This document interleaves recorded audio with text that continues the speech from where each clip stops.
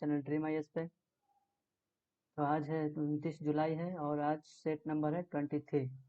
हम लोग डिस्कस कर रहे हैं जनवरी 2020 से दिसंबर 2020 का एक साल का संपूर्ण घटनाक्रम, जिसमें इससे आपको यूपीएससी बीपीएससी या जो भी स्टेट पीसीएस है, इसके अलावा चाहे एसएससी हो गया या एनटीपीसी के जो आने वाले एग्जाम है, इस सब में सारे में एग्जाम्स में आपको देखने के लिए प्रश्न मिलेगा। वीडियो में लास्ट तक बने रहिएगा। और आज है सेट नंबर 23। इससे पहले हम लोग 22 सेट कवर कर चुके हैं। चलिए स्टार्ट करते हैं आज के प्रश्नों को।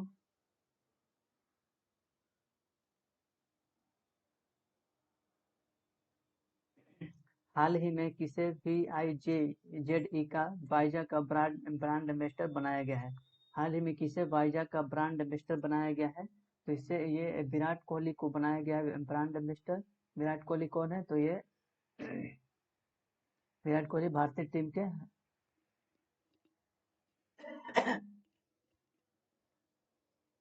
सॉरी विराट कोहली भारतीय टीम के कप्तान है।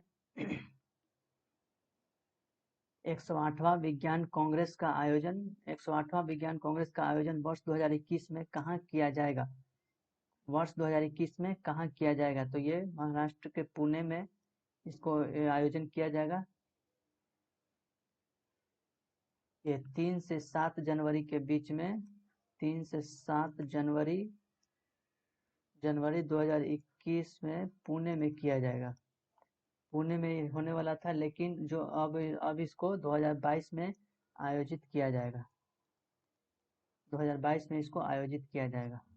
इस बार का जब 2022 में होगा तो ये 108वां होगा।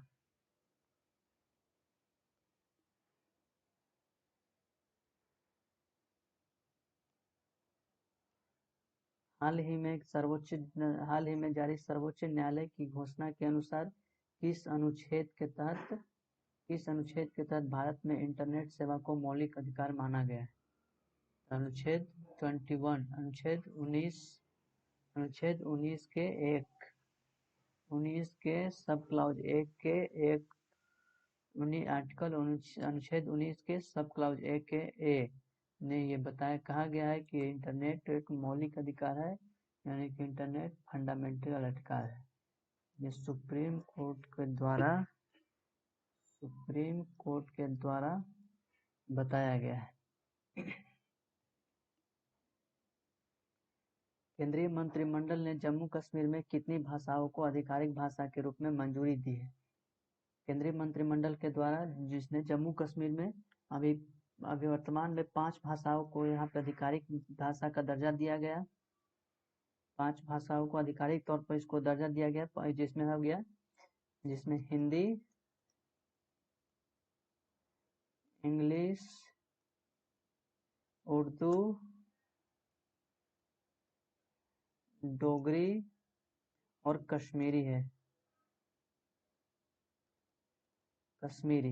ये 5 भाषाओं को वर्तमान में वहाँ के आधिकारिक भाषा घोषित किया गया है। इसके अलावा इससे पहले जो था वो 2 भाषा यहाँ पे चलती थी, जिसमें से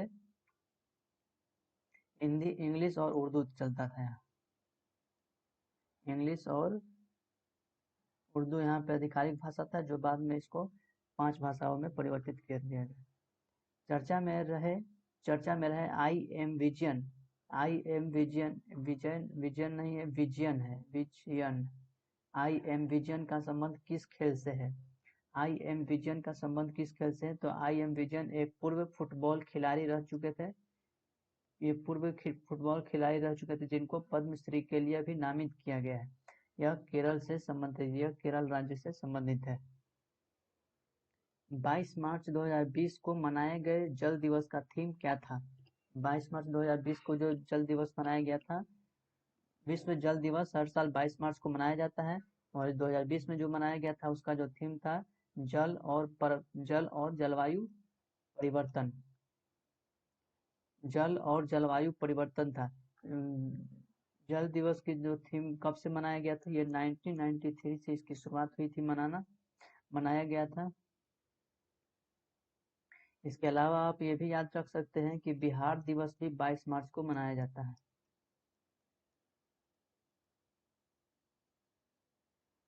बिहार दिवस भी 22 मार्च को मनाया जाता है, तो ये भी आपको आप याद रखेंगे।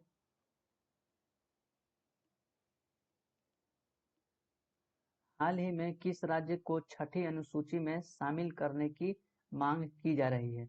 छठी अनुसूची में वैसे अनुसूचित जनजाति लोगों को इसमें शामिल किया जाता है। अभी जो शामिल करने की मांग की जा रही है इसमें से असम, मेघालय, त्रिपुरा एवं मिजोरम मिजोरम इसमें शामिल है। इसके अलावा इसमें अभी जो कहा जा रहा है शामिल करने के लिए, ये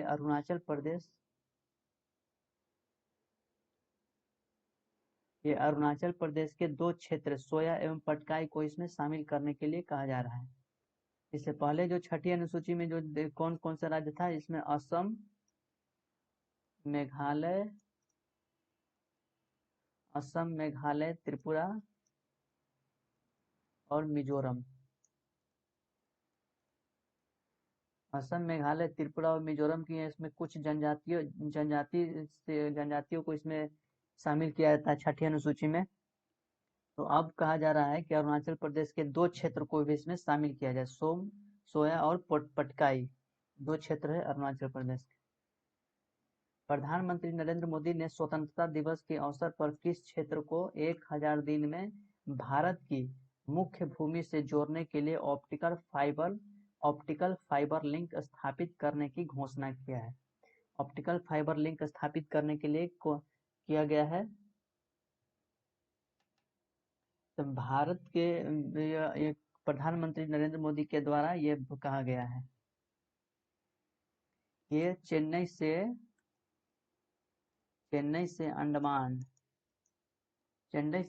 अंडमान निकोबार तक एक ऑप्टिकल फाइबर लिंक स्थापित किया गया है, जो नेटवर्क को स्थापित करता है, संचार को एक दूसरे से जल के माध्यम से, समुद्र के माध्यम से एक दूसरे को से जोड़ता है। उसी के अलावा ये पहले चेन्नई और अंडमान के बीच स्थापित किया गया है, लेकिन अब इसी को अब अंडमान से लक्षद्वीप तक भी इसको शामिल करने के लिए किया जा रहा है। जो पीएम मोदी के द्वारा स्वतंत्रता दिवस के अवसर पर लक्षद्वीप को भी कहा जा रहा है कि 1000 दिन में भारत की यह मुख्य भूमि से इसको जोड़ा जाएगा, ताकि इंटरनेट सेवा अच्छी तरह से उपलब्ध हो। लेकिन जिस तरह से प्रकाश की किरणें जो है वो सीधी रेखा में गमन करती है, तो ऑप्टिकल फाइबर जो है, इस ऑप्टिकल फाइबर लगाने से ये कर्व रेखा में भी गमन करेगी। ये कर्व रेखा में भी प्रकाश की किरणें गमन करेगी, ताकि यहाँ से जो नेटवर्क जो जाएगा इस ऑप्टिकल फाइबर के माध्यम से यह आसानी से पहुंच सके। किस मंत्रालय द्वारा सृजन पोर्टल लॉन्च किया गया है? सृजन पोर्टल किस मंत्रालय के द्वारा लॉन्च किया गया है? तो ये रक्षा मंत्रालय राजनाथ सिंह के द्वारा लॉन्च किया गया है। कौन सा पोर्टल? सृजन पोर्टल रक्षा मंत्रालय राजनाथ सिंह के द्वारा लॉन्च किया गया है, मेक इन इंडिया के तहत। मेक इन इंडिया के तहत रक्षा मंत्रालय के द्वारा सृजन पोर्टल लॉन्च किया गया है, जिसके तहत इसमें सब जो है स्वदेशी होगा। जो भी हथियार का सामान निर्माण किया जाएगा हथियार के क्षेत्र में, वो सब स्वदेशी होगा। ये मेक इन इंडिया के तहत इसको लॉन्च किया गया है। इस देश के समुद्री क्षेत्र में तेल रिसाव के कारण वहां पर्यावरणीय आपातकाल घोषित किया गया है। इस देश के समुद्री क्षेत्र में तेल रिसाव के कारण वहां पर्यावरणीय आपातकाल घोषित किया गया है। तो पर्यावरणीय आपातकाल कहाँ घोषित किया गया है? ये मलेशिया सरकार के द्वारा मलेशिया में घोषित किया गया है। मलेशिया कहाँ है? तो ये जिस तरह से ये भारत का जो हम जिस मैप देखते हैं, ये भारत का जो मैप है, इसके बाद यहाँ पे हो गया अफ्रीका का एक मेडागास्कर द्वीप, यहीं पर एक आपका स्थित है मॉरिशस। ये हिंद महासागर में है मॉरिशस, जहाँ पे अभी हाल ही में तेल रिसाव हो गया। कैसे तेल रिसाव हुआ? तो ये तेल मॉरिशस के तट पर तेल रिसाव हो गया है। ऐसा है कि एक जापानी जो है जहाज था, जापान की एक जहाज था जो 4000 कच्चा टन जो 4000 कच्चा टन लेकर इस रास्ते से जा रहा था। कहाँ से लेकर आ रहा था? तो ये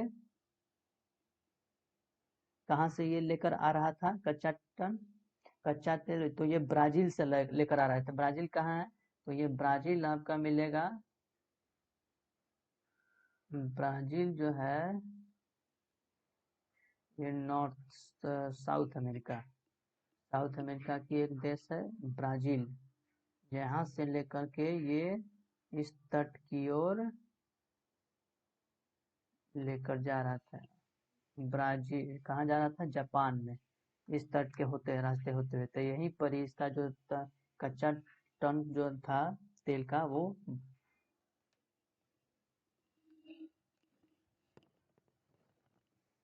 टंकी भर गया था जी। पता नहीं। सर पता नहीं तो अपने लिए चालू करके बंद कर दिए। अब कोई चालू करिएगा, फिर खत्म होगा तो फिर से चालू होगा ना। चालू किया था तो भरना चाहिए था ना। छोड़ दीजिए अब। जब भी चालू करिए तो देखिए कि टंकी भरने दीजिए। ऐसे एक ही बार चलेगा ना, बार बार नहीं चलेगा।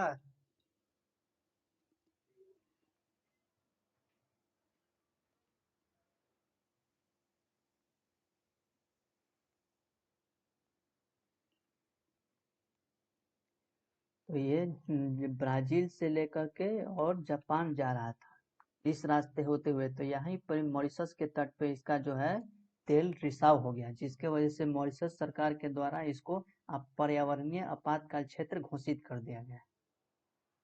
तो हमें उम्मीद है कि आपको ये अच्छी तरह समझ में आ गया होगा।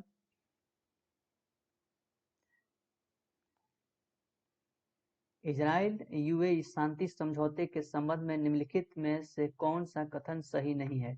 इजराइल और यूएई के शांति समझौते के संबंध में कौन सा कथन सही नहीं है? इसमें आपको सही नहीं चुनना है। तो देखते हैं, पहला ऑप्शन है इजराइल से समझौता करने वाला यूएई पहला खाड़ी देश बन गया है। एक बार चार्ज लगा देते हैं।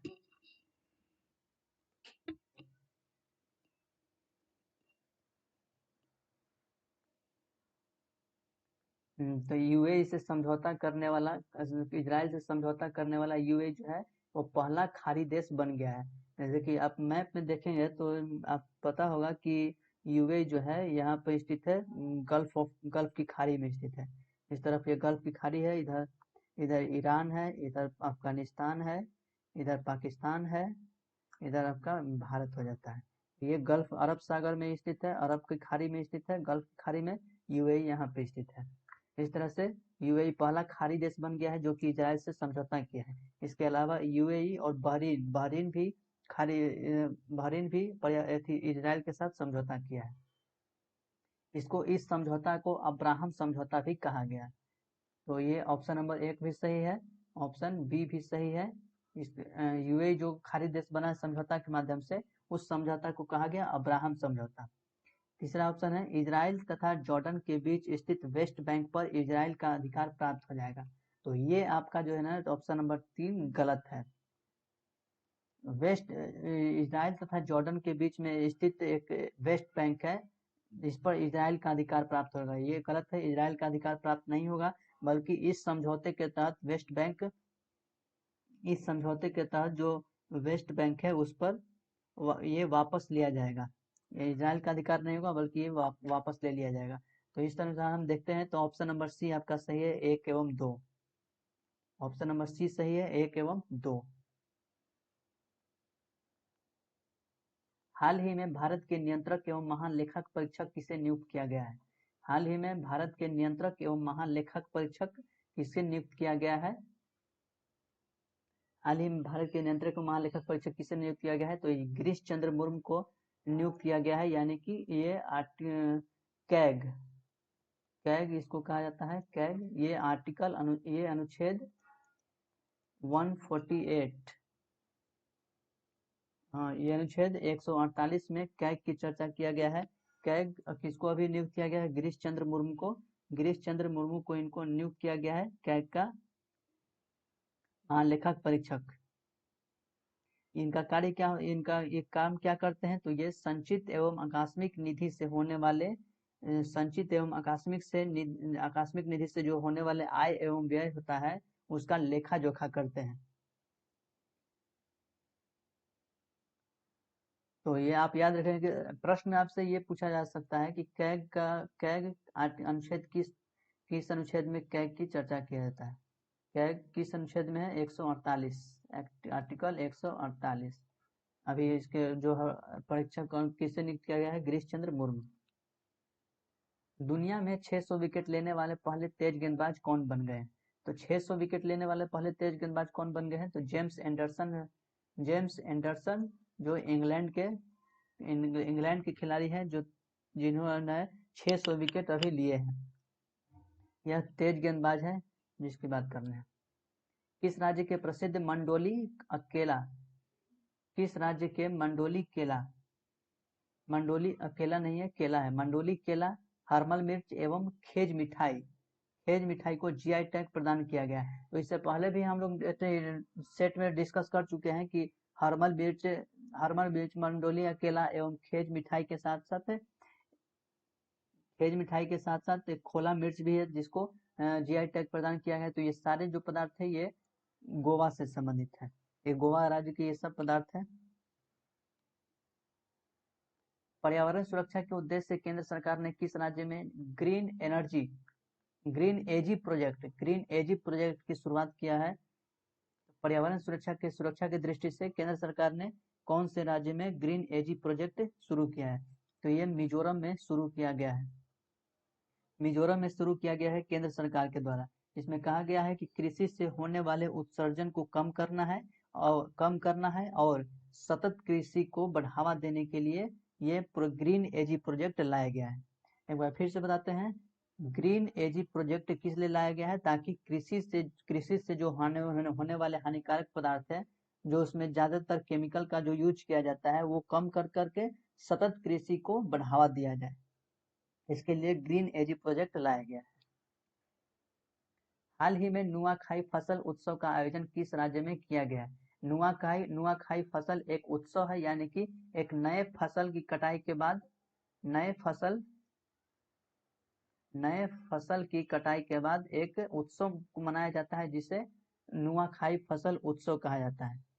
ये कौन से राज्य से संबंधित है? तो ये उड़ीसा एवं छत्तीसगढ़ से संबंधित है। जिसमें ऑप्शन में तो सिर्फ उड़ीसा दिया हुआ है, तो ऑप्शन नंबर ए सही है, उड़ीसा। इसके साथ आपको याद रखना है कि ये छत्तीसगढ़ में भी ये इस फसल को मनाया जाता है। जैसे कि धान की जब कटाई होती है तो एक नया फसल उत्पादन, चावल की जो नए फसल की जो उत्पन्न होती है तब ये मनाया जाता है। इसको कहीं कहीं गुरु पर पता नहीं, मराठा में शायद सब जगह अलग अलग इसको कहा जाता है, महाराष्ट्र में।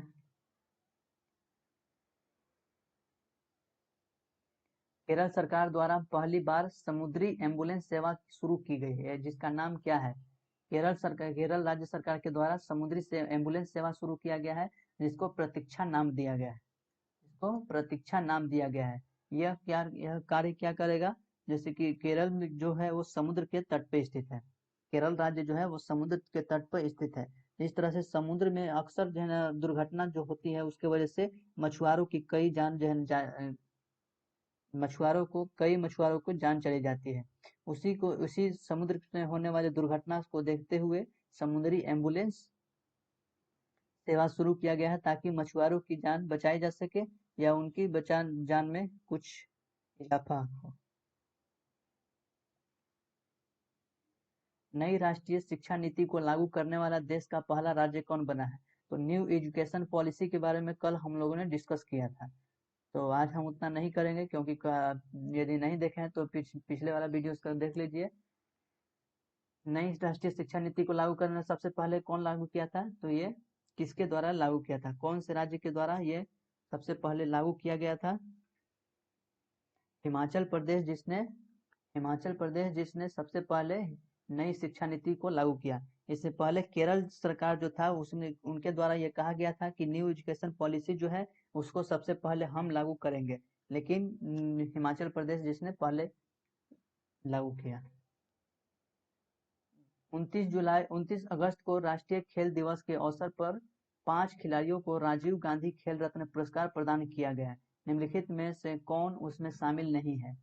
कौन उसमें शामिल नहीं है? इसमें 5 खिलाड़ियों को राजीव गांधी खेल रत्न पुरस्कार दिया गया है, जिसमें जसप्रीत बुमराह नहीं थे।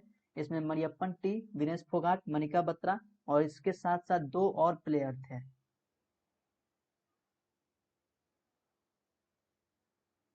दो और प्लेयर थे। वो कौन से ऐसे 2 प्लेयर थे जिनको राजीव गांधी खेल रत्न पुरस्कार दिया गया है? एक बार फिर से हम क्वेश्चन पढ़ते हैं। 29 अगस्त को राष्ट्रीय खेल दिवस के अवसर पर, राष्ट्रीय खेल दिवस के अवसर पर 5 खिलाड़ियों को राजीव गांधी खेल रत्न दिया गया था। कौन सा रत्न? राजीव गांधी खेल रत्न दिया गया था। उन 5 खिलाड़ियों में से 3 का हम नाम बता दिए, मरियप्पन टी, विनेश फोगाट और मनिका बत्रा। इन 3 खिलाड़ियों को खेल रत्न, राजीव गांधी खेल रत्न दिया गया था। इसके अलावा 2 और ऐसे प्लेयर थे जिनको खेल रत्न पुरस्कार दिया गया है। तो आपको आज का ये प्रश्न है कि आपको बताना है कि वो 5 खिलाड़ी कौन कौन थे। 3 को तो हमने बता दिया, 2 और प्लेयर का नाम आप बताएंगे कमेंट में। कमेंट में आपको बताना है कि बाकी जो 2 प्लेयर थे वो कौन कौन थे। उत्तर प्रदेश सरकार ने बुंदेलखंड में जल संकट की समस्या को दूर करने के लिए किस देश के साथ समझौता किया है? तो उत्तर प्रदेश सरकार ने इजराइल के साथ एक समझौता किया है। बुंदेलखंड शहर जो है वो अक्सर जल संकट की समस्या से जूझा हुआ रहता है। अक्सर वहां पे जल की संकट को देखा जाता है। इससे निपटने के लिए इजराइल ने उत्तर प्रदेश सरकार ने इजराइल के साथ समझौता किया है। इजराइल के अलावा कतर इजराइल के अलावा कतर भी इजराइल के अलावा कतर भी ऐसा देश है। कतर भी ऐसा देश है जहाँ पे एक समय था जहाँ पे काफी जल की संकट को देखा जाता था। उसके बावजूद भी इजराइल ने कई ऐसे तकनीक को लगाकर कई ऐसे तकनीक लाया और उसके बाद जो है ना इतना जल संकट होने के बावजूद भी यहाँ की कृषि काफी अच्छी रहती थी। उसी को देखते हुए उत्तर प्रदेश सरकार ने इजराइल से एक समझौता किया है कि आखिर वो कौन सी नीति थी जिसके तहत उन्होंने जल संकट से दूर किया। पुस्तक सियासत में पुस्तक एक पुस्तक है सियासत में सदस्यता। ये एक पुस्तक है सियासत में सदस्यता, जिसके लेखक कौन है? सियासत में सदस्यता पुस्तक के लेखक कौन है? तो ये विजय कुमार चौधरी है। विजय कुमार चौधरी, जिनके द्वारा एक पुस्तक लिखा गया है सियासत में सदस्यता। अब विजय कुमार चौधरी कौन है? तो ये विधानसभा के पूर्व अध्यक्ष हैं। बिहार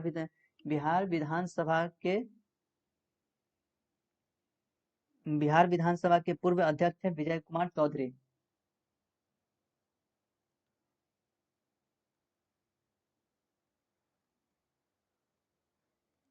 ये आपको बिहार बीपीएससी एग्जाम में काफी इंपॉर्टेंट होने वाला है, इस बात का आप ध्यान रखेंगे। बिहार विधानसभा पूर्व के अध्यक्ष थे विजय कुमार चौधरी। वर्तमान में भी कौन है? विजय कुमार सिन्हा है वर्तमान में अध्यक्ष। विजय कुमार सिन्हा। तो ये दोनों नाम आपको याद रखना है। विजय कुमार चौधरी जो कि बिहार विधानसभा के पूर्व अध्यक्ष थे, और विजय कुमार सिन्हा जो वर्तमान में बिहार विधानसभा के अध्यक्ष हैं। बिहार विधानसभा की बात करें तो इसमें 243 सीट है। निम्नलिखित में से अर्जुन पुरस्कार 2020 से किसे सम्मानित किया गया है? 2020 से सम्मानित व्यक्तियों के संबंध में कौन सा कथन सत्य नहीं है? सत्य नहीं खोजना है यहाँ पे।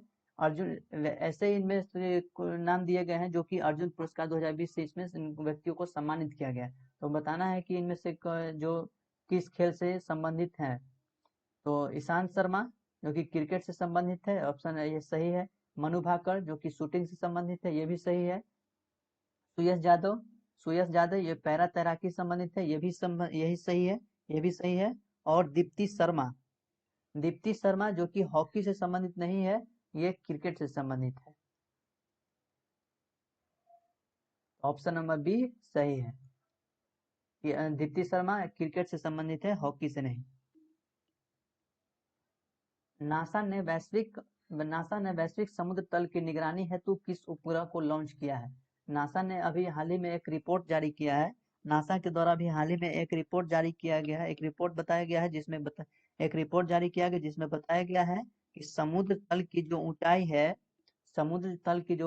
वो 3.3 मिलीमीटर बढ़ रही है। नासा के द्वारा अभी एक हाल ही में एक रिपोर्ट दिया गया है जिसमें बताया गया कि समुद्र तल की जो ऊंचाई है वो 3.3 मिलीमीटर बढ़ रही है। तो इसी को देखते हुए से एक उपग्रह लॉन्च किया गया है सेंटिनल 6 एक उपग्रह लॉन्च किया गया है ताकि उससे एक स्पष्ट रूप से पता चल सके कि आखिर ये कितनी स्पीड से कितनी गति से बढ़ रही है। समुद्र तल की निगरानी के लिए यह नासा के द्वारा एक उपग्रह लॉन्च किया गया ताकि इससे पता चल सके कि जो ऊंचाई जो बढ़ रही है वो कितनी गति से बढ़ रही है। विश्व में सड़क नेटवर्क के मामले में भारत का स्थान कौन सा है? विश्व में सड़क नेटवर्क के मामले में भारत का स्थान कौन सा है? तो भारत दूसरे स्थान पे है। भारत दूसरे स्थान पे है जो जिनमें, और पहले की बात करें तो इसमें यूएसए है।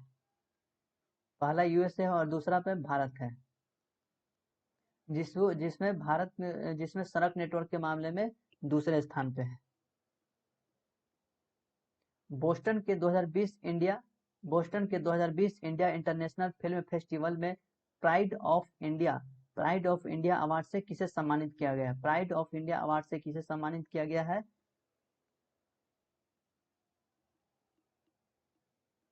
तो विकास खन्ना को सम्मानित किया गया है। प्राइड ऑफ खन्ना ने 2 बार देखा गया। विकास खन्ना को प्राइड ऑफ इंडिया अवार्ड से सम्मानित किया गया है बोस्टन के 2020 इंडिया इंटरनेशनल फिल्म फेस्टिवल में। तो ऑप्शन नंबर ए सही है। तो ये थे आज के 25 क्वेश्चन। आज कोई करंट नहीं था, हमें ऐसा लगा नहीं कि आज कोई ज़्यादा इम्पोर्टेंट वाला होगा। तो ये थे आज के 25 क्वेश्चन जिसका हम लोगों ने अच्छी तरह से डिस्कस किया। हमें उम्मीद है कि आपको अच्छे से समझ में आया होगा। और चीज़ें, यदि आपको कोई डाउट है किसी प्रश्न में तो आप हमें कमेंट कर सकते हैं। यदि आपको अच्छे से समझ में आ रहा होगा तो बताइए कि आप कहीं पे अगर कोई प्रॉब्लम हो तो उसका फिर से, यदि नहीं समझ में आता है तो हम फिर से कोशिश करेंगे और अच्छे से समझाने की कोशिश करेंगे।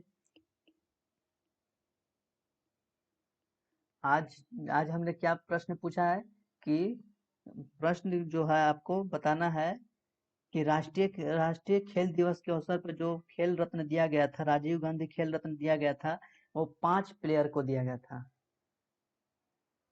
5 प्लेयर को दिया गया था जिसमें से 3 का हम बता दिए हैं। जिसमें से 3 का हम बता दिए हैं। मरियप्पन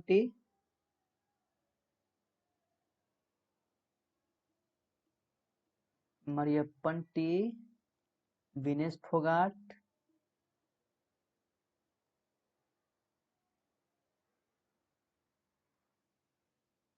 और मनिका बत्रा।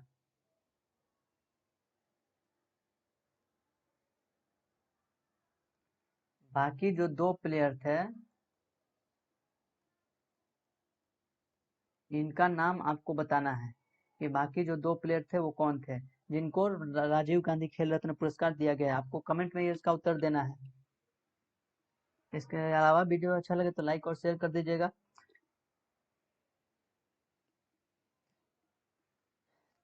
इसके साथ ही बड़ों का आदर करिए, छोटे से प्यार करिए और अपना व्यक्तित्व इस तरह से बनाएं ताकि महिलाएं आपके साथ सुरक्षित महसूस करें। मिलेंगे हम लोग नेक्स्ट वीडियो में, तब तक के लिए धन्यवाद।